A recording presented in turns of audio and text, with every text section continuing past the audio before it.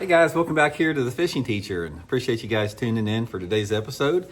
And guys, today we have got a really good video that's going to help you guys catch a lot more fish on a wiggle wart crankbait or a rock crawler or something like that, really over between now and the first part of April. And I want to talk about today, guys, how you have to work this bait, because this isn't just like a normal crankbait where you just cast it out there and reel it in. There's some things that you can do to this thing to generate 10 times more strikes. So I'm going to go over exactly what those retrieves are and talk a little bit about the gear to throw it on, because the rod and line and reel you throw it on has a big impact also on getting those bites out of it. So we're going to get into that in today's episode. Also, guys, I'll link all the stuff I'm talking about today in my Tackle Warehouse link. If you guys would like to get some of this stuff over the next week, Tackle Warehouse has got one more week left in that big 12 days of Christmas sale. Get a bunch of stuff at, almost 25-30% off on it. So I'll have that link in the description of the video to all the stuff we're talking about. And also, guys, anybody interested in booking an on the water lesson with me for this winter, jerkbait fishing's in the full swing right now. Just shoot me a private message on my Facebook page, Randy Blaukat Professional Angler, and I'll shoot you all the information for that. I had an on water lesson yesterday, and I bet we caught 50 fish. So now's the time to take advantage of that. Appreciate it. Okay, we're talking specifically about everybody's favorite crankbait for cold water, and that's a wiggle wart crankbait or the rock crawler, which some people prefer. Basically the only difference, guys, is I'm a wiggle wart fan. It's like I don't use rock crawlers much. People use rock crawlers, number one, because they're easier to get, and number two, they run a little bit deeper. For me, I like the old wiggle wart. I can outfish a rock crawler any day. An old wiggle wart will outfish a rock crawler day in and day out. But a lot of people, like I said, they don't want to mess with trying to find those old wiggle warts or have them custom painted. They just want to put something on and go fishing. So I get that, but you can't beat an old wiggle wart. So I'm going to talk about the retrieve for this, and you can use the same with a rock crawler. Okay, now the first thing, in order to get the retrieve right, you've got to have the right equipment. Now I use two different outfits on this.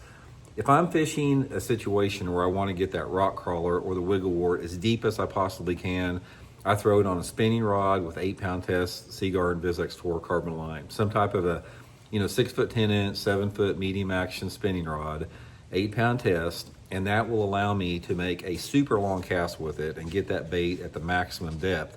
Now the action I put on it is going to be both. Doesn't matter if it's a spinning or bait caster. But that's one scenario, and the other scenario would be a bait caster where I'm not really concerned about getting the max depth out of it. Say, for example, I'm fishing a lake that's got 2 or 3 foot of visibility, and I think those fish are going to be sort of in that 3 to 6 foot zone.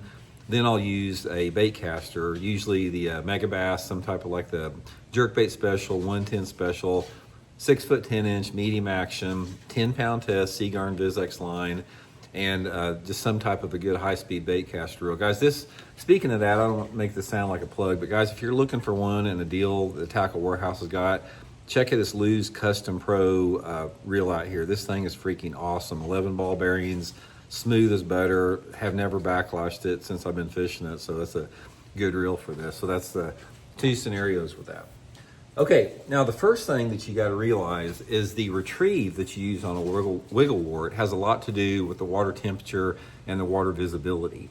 Specifically the water visibility. I think the water visibility has a big impact on exactly how you want to work it. In general, what you're going to have is you've got one situation between now and April where you have off-colored water, let's say 2 foot of visibility, which about 1.5 foot or 2 foot of visibility is about the minimum water clarity that I like to throw a wiggle wart in. So say on one situation, you got 2 foot of visibility and you got cold water temperature around 50 degrees. And then on the other end of the spectrum, you've got clear water, like water visibility of over 5 or 6 foot clarity, and maybe water temperatures closer to 60 degrees. And then everything else is going to be incrementally coming together with that.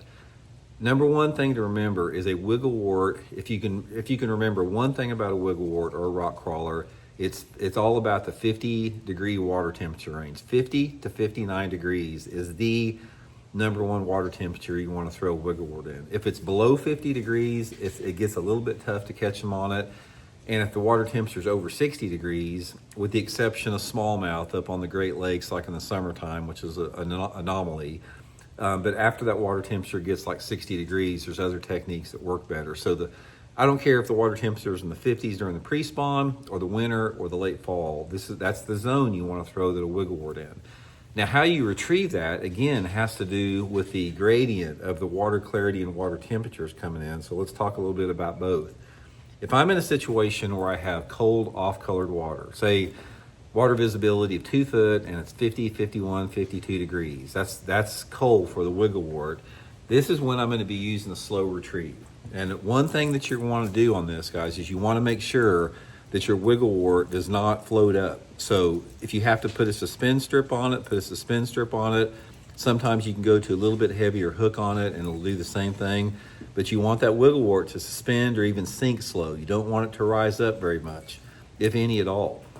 So that's one thing to remember. So if I'm on the more off-colored water and it's cold, basically I'm making that long cast out there, pointing that rod tip straight down at the water because I want to get that bait down.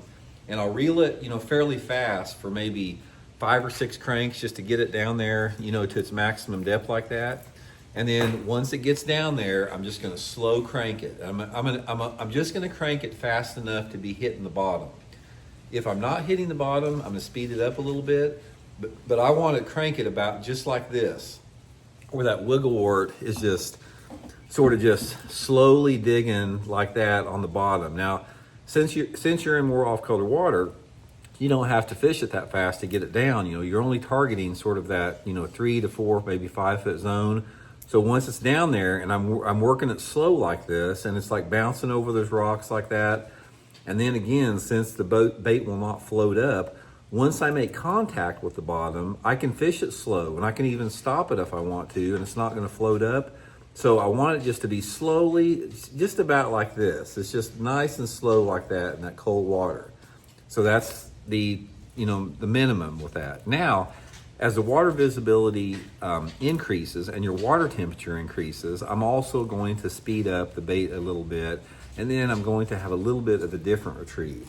Let's go right into the middle of that zone. Let's say we've got water visibility of 3.5 or 4 foot, which is, that's the perfect water visibility in my opinion for a wiggle wart and a crawler. 3.5 to 4 foot of water visibility and 55 degree temperature. That if you could say, Randy, give me a perfect scenario to throw a wart, it would be 55 degree water, 3.5 to 4 foot visibility, some type of a low light, like a cloudy day with some wind on it. That's perfect. Now, if you get a situation like that, what you want to do is make your cast out there, reel it down fast to get it down there, and just start reeling at just a medium retrieve like that and a stop and go, and then pull it. So in other words, it's going to look like this. You're going to throw it out there, you're going to reel it down like that till it hits the bottom, and then you're going to do a stop and go at about a medium retrieve, and then you stop reeling and you pull like that, and then take up the slack so the bait doesn't have slack in it. Reel slow like that, stop and go, and then pull it like that.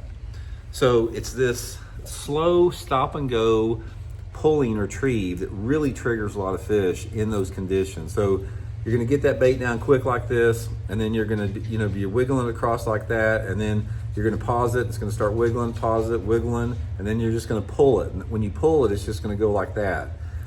But there's something about, and this is sort of an Ozark technique. A lot of the old timers developed this, but the bait moves differently. When you're reeling that bait at a medium retrieve, it moves different than if you're pulling it at a medium retrieve. It's just something to do with the reel crank versus a straight pull.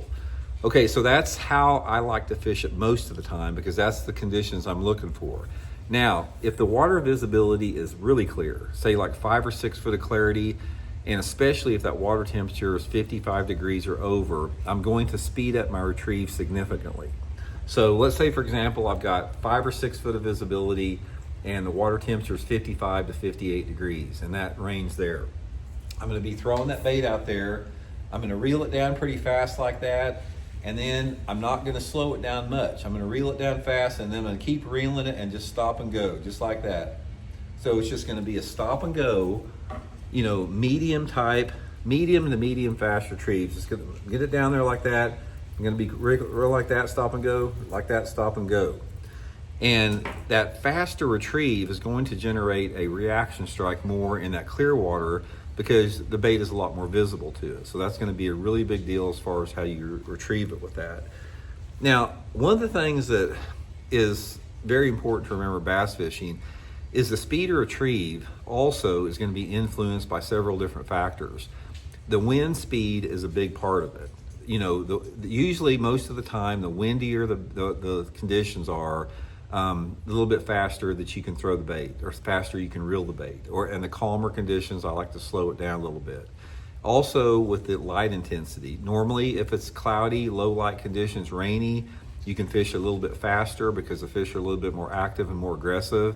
And on a sunny day, you know, I slow it down a little bit, you know, and you know, try to, you know, just give them a chance to find it. But ultimately, you have to listen to what the fish want. The fish are going to tell you, once you catch a couple fish, you can experiment with speed or retrieves. And sometimes that makes all the difference, guys. You know, a lot of people put focus on like the color of a wiggle wart, but the speed of retrieve and the cadence and the action you put on a bait also plays a super big role in it. Super big role. I can count several different tournaments I've fished before where I've had to use the bait at a lot slower or a lot faster retrieve to generate a strike, and that came about just by experimentation. So that's one thing to remember with that. But again, the best conditions to fish it, guys, if you want to do good on a wiggle wart, try to pick a day where that water temperature's in the mid 50s, it's cloudy, you got a 10 mile an hour breeze, something like that. You got water visibility 3 or 4 foot, and you're going to get some bites on a wiggle wart. I don't care where you're at. And I use all different type of colors. I'll use everything from crawdads to shads to chartreuses. It's like any other crankbait. I just have to experiment until I hit upon the right one. So anyway, guys, hope it helps you catch some good ones, and we'll talk later.